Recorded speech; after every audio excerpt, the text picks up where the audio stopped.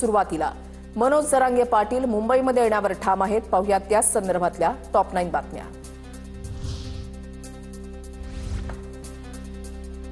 मनोज जरांगे यांच्या 29 तारखेच्या मुंबईतल्या आंदोलनाला उच्च न्यायालयाकडून परवानगी नाही। मनोज जरांगे यांना अधिकाऱ्यांच्या पूर्व परवानगीशिवाय निदर्शनं करता येणार नाहीत, हायकोर्टाकडून स्पष्ट। मनोज जरांगेंना नवी मुंबईतल्या खारघरमध्ये पर्यायी जागा द्यायची की नाही यावर सरकार निर्णय घेऊ शकतं, मुंबई उच्च न्यायालयाचं मत। मराठ्यांचा संयम बघू नका, आम्ही मुंबईला जाणार म्हणजे जाणार। 27 ऑगस्टला सकाळी 10 वाजता निघणार, न्यायदेवतेचा एकही नियम डावलणार नाही। आझाद मैदानामध्ये शांततेमध्ये उपोषण करणार। मनोज जरांगे मुंबईमधल्या आंदोलनावर ठाम।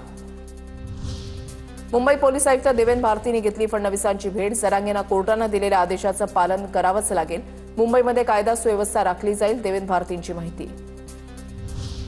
गणेशोत्सवात विघ्न नको, सणांमध्ये खोडा घातल्यास शिवराय निपात करायचे, नाव न घेता मुख्यमंत्र्यांचा जरांगेंना इशारा।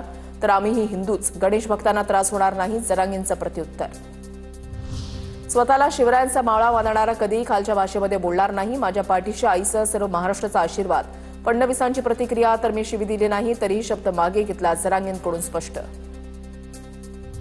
स्वतःला शिवरायांचा मावळा मानणारा कधीही खालच्या भाषेमध्ये बोलणार नाही, माझ्या पाठीशी आईसह संपूर्ण महाराष्ट्राचा आशीर्वाद। मनोज जरांगेंबाबतच्या प्रश्नावर देवेंद्र फडणवीसांची प्रतिक्रिया। सरकार उलथवण्याची भाषा अयोग्य, आया बहिणींवरील एकेरी भाषा सहन करणार नाही, मंत्री चंद्रशेखर बावनकुळेंची मनोज जरांगेंना सक्त ताकीद।